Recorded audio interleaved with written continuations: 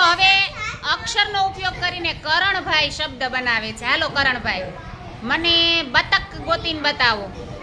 સાંભળો કરણભાઈ કઈ રીતે ગોતે છે, જોવો તો બધા. એ વેરી ગુડ. બ પછી કયો અક્ષર આવ્યો કરણભાઈ? ત.